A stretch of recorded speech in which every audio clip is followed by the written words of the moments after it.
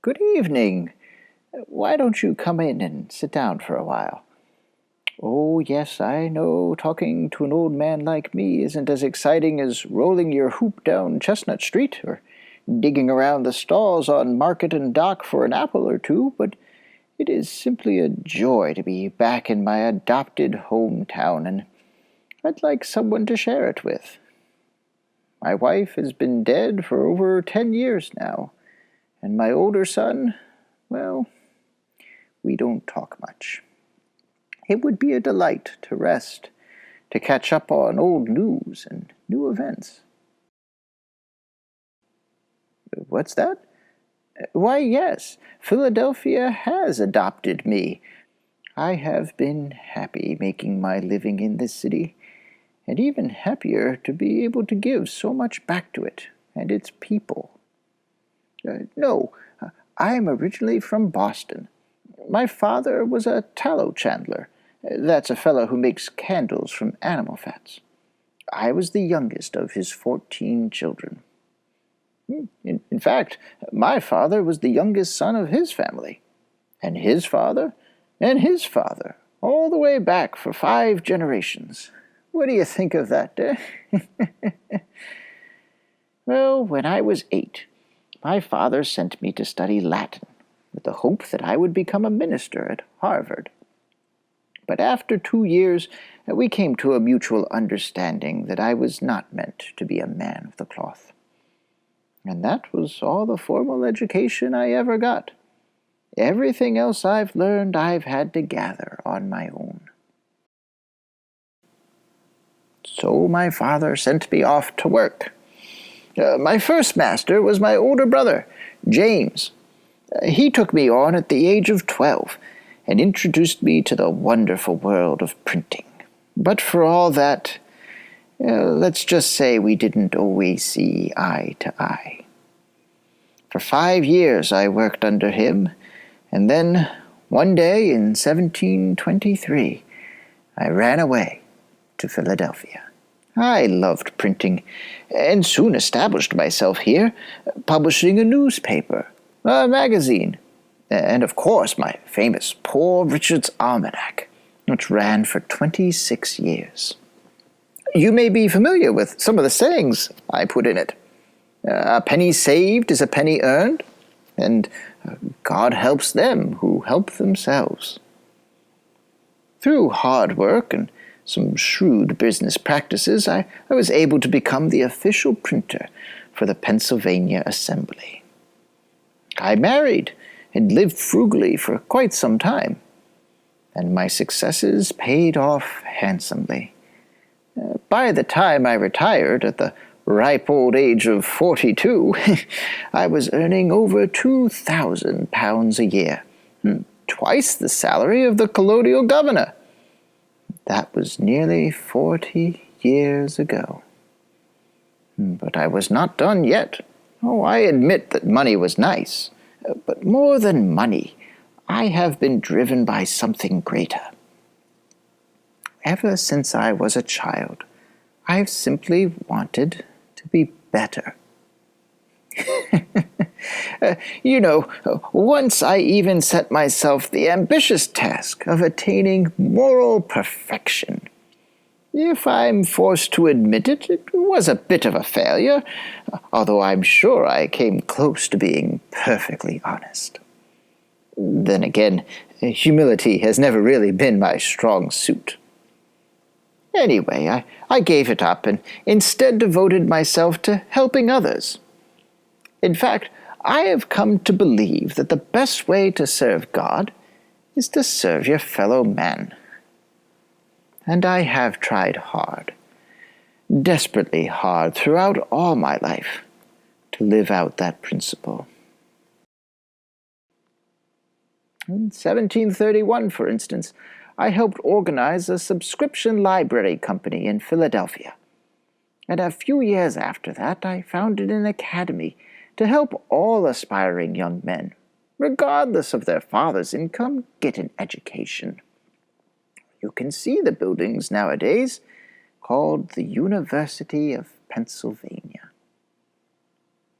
Retirement also hasn't stopped me from wondering about this great world in which we live. I'm constantly in awe of the great Creator who made it, and am grateful that I should be alive in such a remarkable era.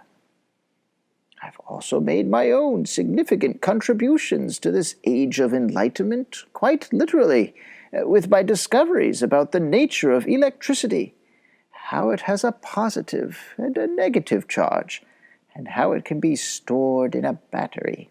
I also invented the lightning rod to help keep people safe from its more dangerous aspects.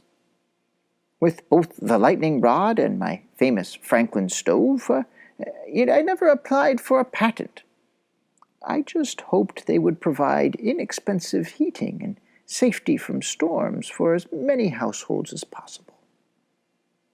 I kept up my bent for invention, don't you know? Take a look at these glasses now. I call them bifocals.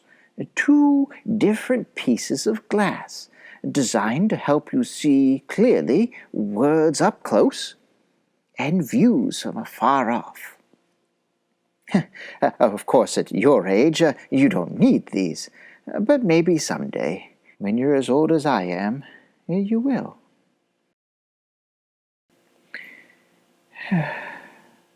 You know, sometimes it seems like I've only really seen America from afar.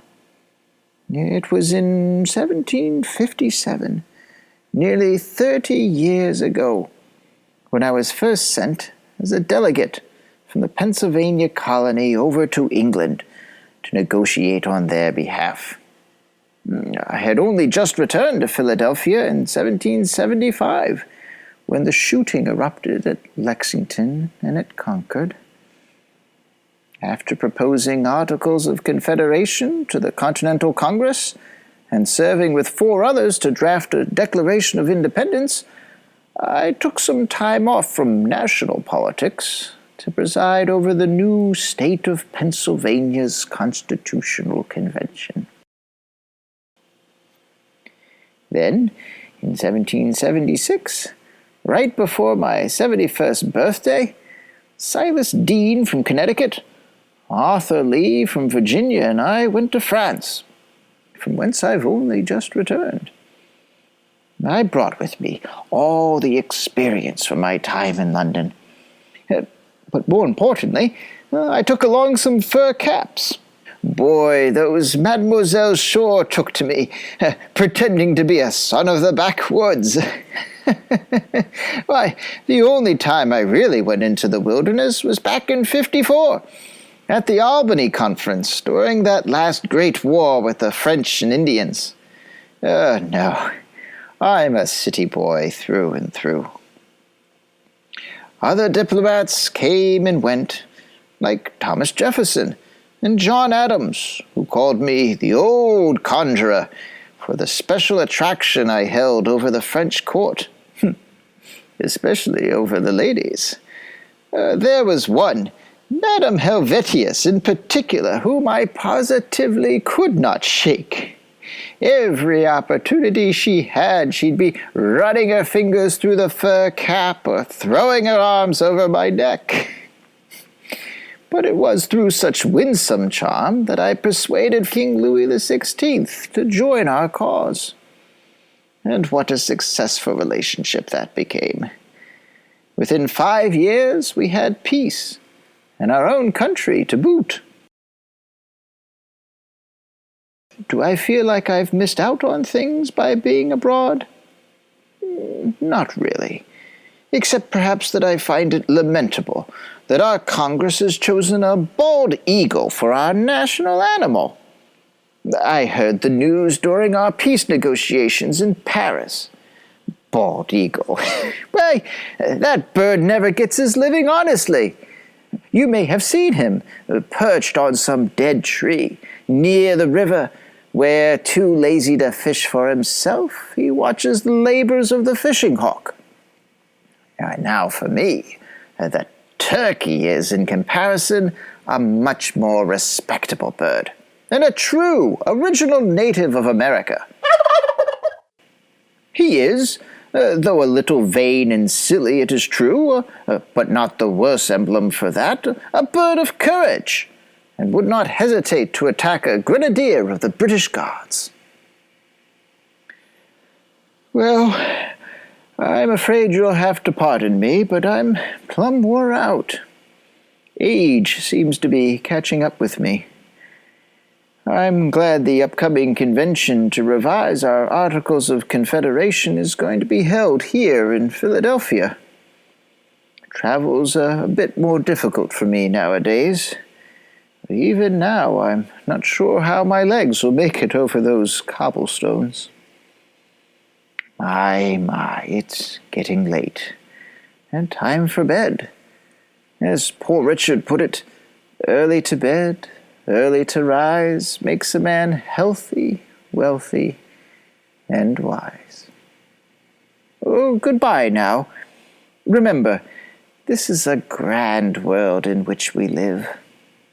Be curious, explore, experiment, and wonder at your findings. Be diligent and work hard, considering that human felicity is produced not so much by great pieces of good fortune that seldom happen, as by little advantages that occur every day. Above all, in the years you have left, learn to love, to serve others. Good night.